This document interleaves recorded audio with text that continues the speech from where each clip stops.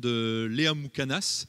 Donc Léa, vous êtes franco-libanaise, vous êtes romancière, étudiante actuellement à Sciences Po, et vous avez créé une association caritative, AIDA, et donc vous allez nous en parler un petit peu, en particulier sous ce prisme du numérique, pour voir comment le numérique peut être mis au service de l'action caritative. Et puis, après votre intervention, on aura donc un temps de questions-réponses pour nos deux intervenants de cette première moitié de l'après-midi.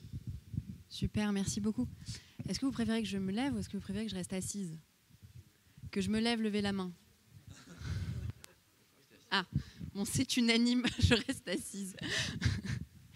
Bon, merci beaucoup de me recevoir parmi vous. Merci beaucoup pour votre intervention. On ne s'est pas du tout synchronisé, mais vous avez fait la transition entre ce que vous disiez et puis ce que je vais dire, puisque vous avez parlé des réseaux, des associations et du numérique. Alors moi, je vais vous présenter rapidement ce qu'on fait avec l'association AIDA, comment l'association est née, et puis comment finalement on utilise le numérique aujourd'hui au service de nos actions. Alors, l'association AIDA, elle est née quand on était en seconde. AIDA, c'est ma grand-mère qui est tombée malade, donc qui a eu une leucémie, donc un cancer du sang, et qui est décédée très rapidement, en 17 jours. Et après son décès, j'ai essayé de m'engager dans beaucoup d'associations, sauf que je me suis rendu compte que quand on a moins de 18 ans, c'est un peu difficile d'être pris au sérieux. Donc on m'a très gentiment dit de repartir faire mes devoirs. Et donc j'ai essayé de m'engager, ça n'a pas fonctionné. Mes copains à l'école ont essayé de s'engager, ça n'a pas fonctionné pour eux non plus. Et pourtant, quand ma grand-mère était à l'hôpital, on a pris conscience qu'il y avait des jeunes de notre âge, qui avaient 14, 15, 16 ans, qui étaient même un peu plus jeunes, parfois un peu plus âgés, qui avaient la même maladie qu'elle et qui étaient à l'hôpital toute la journée. Et ils étaient entourés d'adultes, ce qui est très important pour leur permettre de guérir, des médecins, des infirmières, et c'est toujours pas nous qui les guérissons, heureusement pour eux. Mais ce qui les éloigne quand même de leur environnement naturel, qui est d'être entourés de jeunes.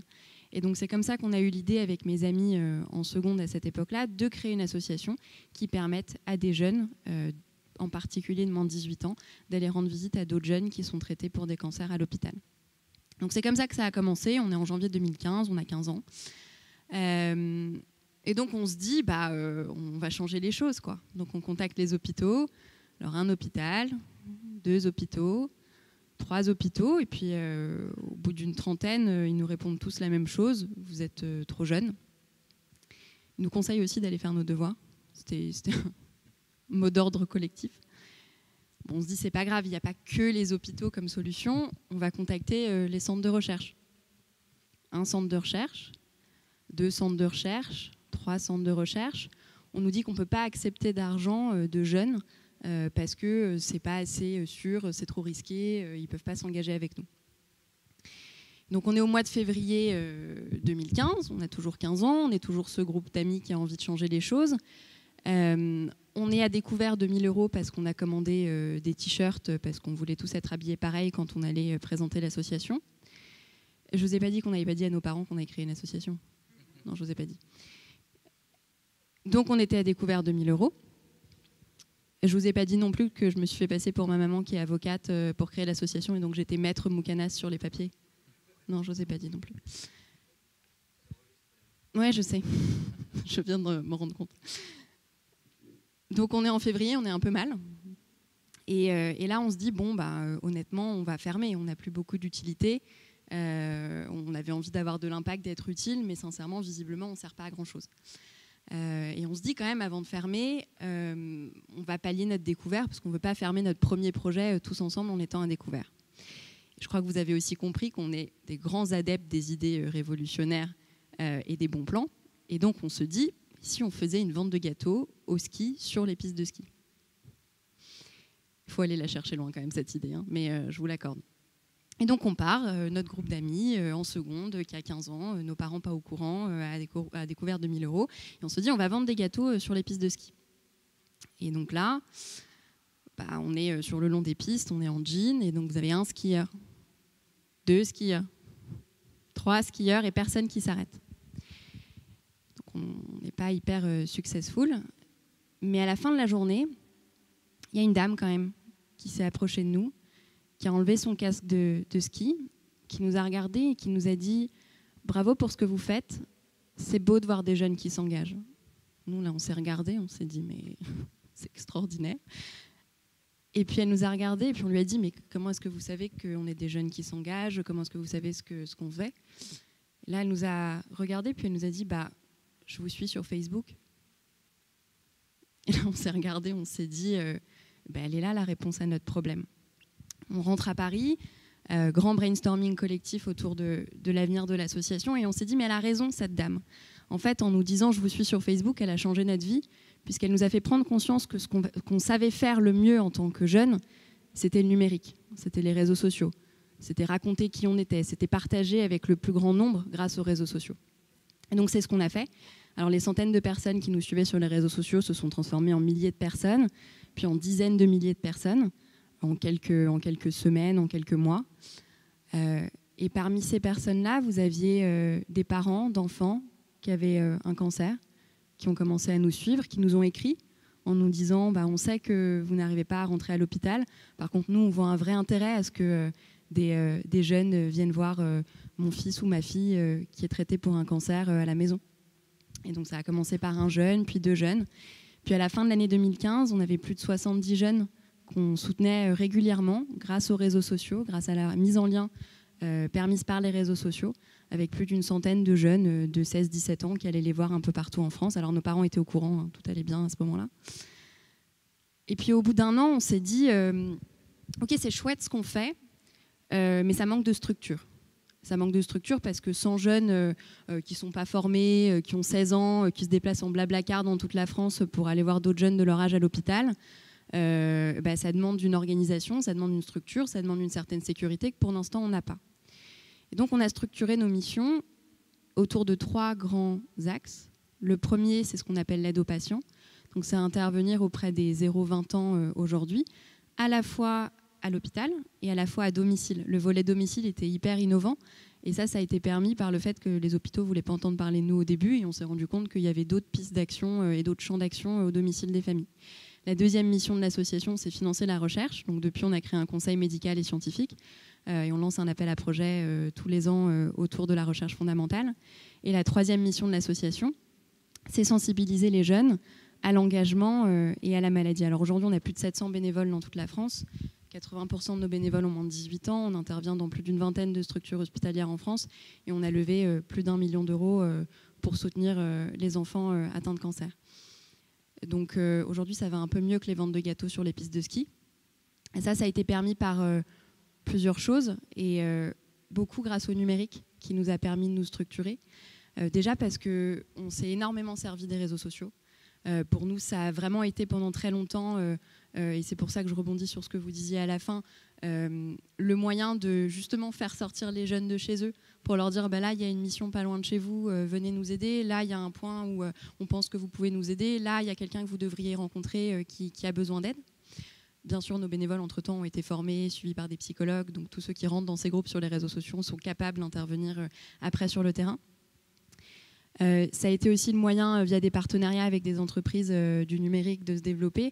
On a signé un partenariat avec une entreprise qui s'appelle Digitaléo, qui maintenant prévient nos bénévoles par texto de toutes les missions qui sont à proximité de chez eux en temps réel. Donc nos bénévoles répondent juste ok, super, je suis dispo, et puis ils y vont. Donc ça, c'est le deuxième partenariat qu'on a pu créer. Et puis à la fin de l'année dernière, on a été primé entrepreneur social de l'année à Vivatech. Alors, je ne sais pas si vous connaissez Vivatech, c'est une conférence autour des nouvelles technologies qui a lieu à Paris tous les ans. Donc là, j'y étais ce matin, ça fait 2 jours qu'on y est, on a un stand là-bas. Et on a signé en novembre dernier un partenariat avec Microsoft France pour créer ensemble un outil qui utilise l'intelligence artificielle, le machine learning et beaucoup de nouvelles technologies aussi qui sont mises à disposition par Microsoft pour nous permettre finalement de condenser tous ces outils numériques-là en un seul outil qui va être mis à disposition de nos bénévoles. Alors comment ça se passe très concrètement ? Un bénévole qui arrive chez nous, il reçoit son identifiant AIDA avec son mail de l'association, son espace sur son téléphone et sur son ordinateur, parce qu'on essaye aussi de répondre à des enjeux qui sont que tout le monde n'a pas un smartphone aujourd'hui, surtout quand vous avez 80% de vos bénévoles qui ont moins de 18 ans. Tout le monde ne vit pas effectivement avec une connexion à haut débit comme moi je peux avoir quand je suis à Paris dans nos bureaux. Donc en prenant en considération le fait qu'il y a ces enjeux-là aussi auxquels on doit répondre. Et il a son interface en ligne où il y a toutes les missions auxquelles il peut participer. Il s'inscrit directement. Tout le process de recrutement de bénévoles est complètement numérisé et automatisé grâce à l'intelligence artificielle, au machine learning, etc. Et on a aujourd'hui en train de développer d'autres volets autour de, par exemple, des demandes que veulent nous faire passer des hôpitaux ou des familles, puisqu'aujourd'hui on aide à peu près 1000 familles et puis on est sur une vingtaine de structures hospitalières, on est 100% bénévoles. Donc ça demande une petite logistique quand même. Et cette application qu'on développe avec Microsoft nous permet de trier les demandes en fonction de leurs priorités et en fonction de leur degré d'urgence. Donc je vous donne un exemple. Jeudi matin, j'étais sur le stand de Vivatech, il n'y avait personne au bureau de l'association. C'est notre période de partiel. On a une jeune qui est dans une ville de France, qui dort dans sa voiture après les traitements parce qu'elle a aucun endroit pour dormir. L'hôpital, en temps normal, il nous aurait envoyé un mail. On est sur Vivatech, on est en partiel. Je ne suis pas sûre qu'on aurait pu lire le mail très rapidement. Là, grâce à cette application-là et grâce à la réactivité qu'elle nous permet d'avoir, en 1 heure, on lui avait trouvé un logement et la possibilité d'avoir un lieu décent où elle pouvait vivre, en plus d'être traitée pour une leucémie dans cet hôpital-là, quoi. Donc, chez nous, le numérique permet vraiment, non pas de remplacer l'humain, mais vraiment en mettant cette intelligence artificielle, cette intelligence numérique, de la mettre vraiment au service de l'humain pour permettre des rencontres, pour lui donner une autre dimension, pour nous permettre d'aller chercher des jeunes qui vivent à 300 km de chez nous et qui ont envie de s'engager. On est dans 12 villes de France aujourd'hui. Sans le numérique, on n'aurait jamais touché ces villes-là. Mais avec un mot d'ordre quand même. Oui, on utilise le numérique, mais en laissant quand même l'humain au centre de tout, parce que c'est quand même pour ça qu'on s'est engagé. Voilà. Un grand merci Léa, un grand merci à vous deux pour ce partage d'expérience. Je vous propose qu'on ouvre le temps de questions-réponses adressées à l'un ou l'autre, voire à nos 2 intervenants de ce début d'après-midi. Bonjour. Pour Léa, comment vous recrutez vos jeunes ? Alors, comment on recrute nos jeunes ? Via 3 biais principaux. Le premier, c'est dans des interventions dans des écoles. Donc la 3e mission de l'association, comme je vous le disais, c'est intervenir dans des collèges, dans des lycées, dans des universités pour sensibiliser à la maladie, mais de façon plus générale à l'engagement. Donc là, on leur propose à tous un engagement concret à la fin. Donc nous, on a 700 bénévoles fixes. Après, on a 20 000 jeunes qu'on touche tous les ans en sensibilisation. Ça, c'est le premier volet. Le deuxième volet, c'est via les réseaux sociaux. Qui sont un vrai, surtout de plus en plus Instagram pour la tranche d'âge qu'on touche. Et le 3e moyen, qui est un peu plus traditionnel, c'est par des entreprises avec lesquelles on crée des partenariats où les collaborateurs engagent leurs enfants. Vous avez parlé un peu, sans utiliser le terme, de réduire la fracture numérique, l'électronisme, c'est ça, l'électronisme. Je ne connaissais pas ce terme-là, mais c'est bien. Mais vous avez utilisé le terme « dans un premier temps ». Comme si l'accompagnement, c'était en gros pour une génération, mais que ça allait être quelque chose qui n'allait pas durer. Or, on fait face à un vieillissement de la population avec des questions neurodégénératives, d'Alzheimer, etc., où, sans parler de forte dépendance, des aptitudes acquises s'estompent, et en particulier quand on a une interface numérique, ce sont parmi les premières à s'effacer, et les gens sont très rapidement désemparés parce que l'interface n'est pas naturelle. Donc je voudrais savoir si vous allez vers un service pérenne de réduction de la fracture numérique au fil de l'eau avec la population vieillissante. C'est une question. Non, mais pour moi, la fracture numérique, vous avez compris qu'elle est sur 2 niveaux. Elle est sur l'infrastructure. Et c'est vrai qu'après, sur la fracture numérique, sur les usages, en fait, c'est un nouveau terme qu'on appelle effectivement l'électronisme. Pourquoi je dis dans un premier temps ? Parce que moi, je crois quand même à l'intelligence humaine et que nos concitoyens, au bout d'un moment, sauront se servir de ces technologies-là qui deviendront naturelles. comment vous dire? Après, j'entends bien que dans le vieillissement et dans certaines maladies, ce sont des usages que l'on perd, mais après, c'est plus du ressort de la collectivité. Le but, c'est quand même que sur les tranches d'âge les plus âgées qui sont pas nés avec ces matériels, avec ces technologies, que l'on puisse les accompagner, les aider, leur mettre le pied à l'étrier. Moi, ça me paraît indispensable, mais je considère qu'un jeune qui aujourd'hui, parce que quand vous regardez des collégiens, ils ont quasiment tous un téléphone portable et donc une connexion Internet, ils naviguent plutôt pas mal dessus.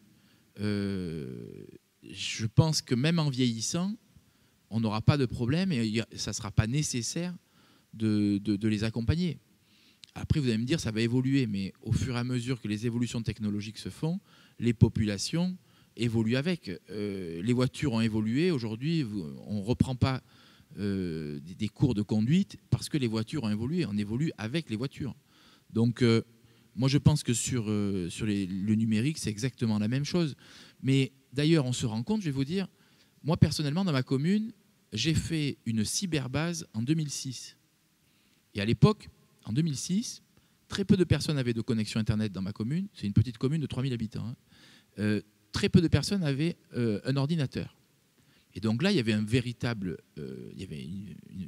fonction première qui était de dire aux gens, vous pouvez venir consulter, vous êtes accompagnés, on a mis du personnel formé qui accompagnait. Et aujourd'hui, en 2019, ça n'a plus aucun intérêt d'avoir un lieu pareil, avec 30 ordinateurs connectés en réseau.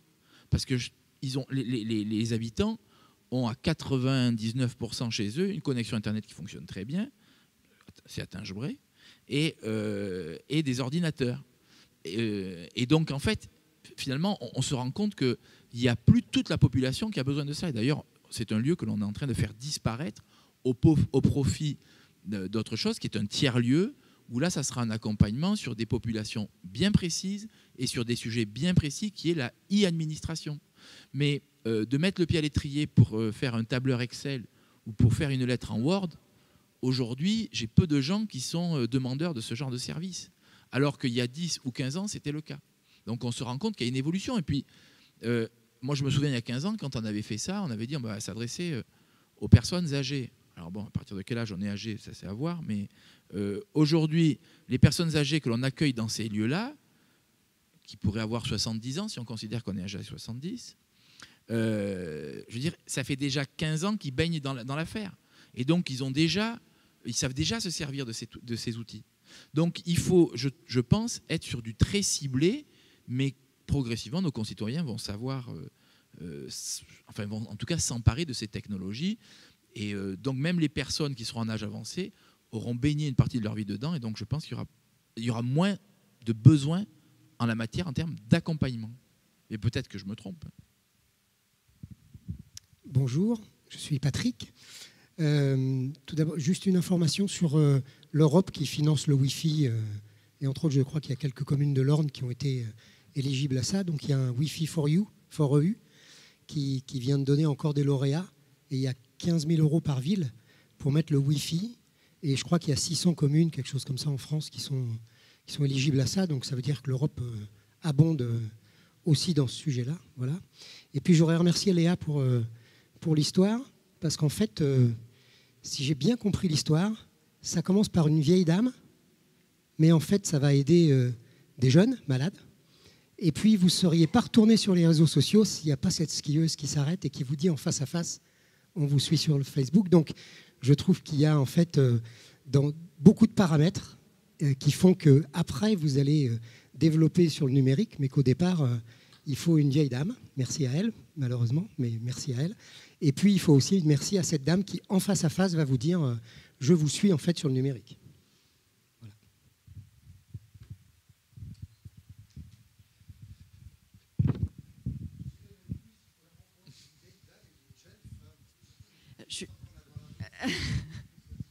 Non, c'est sûr qu'elle a changé notre vie complètement.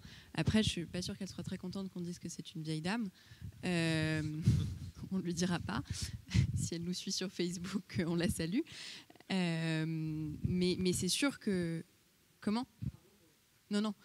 C'est sûr qu'elle a changé notre vie et je pense qu'elle est assez représentative de la relation qu'on a avec le numérique, c'est-à-dire que tout part de l'humain.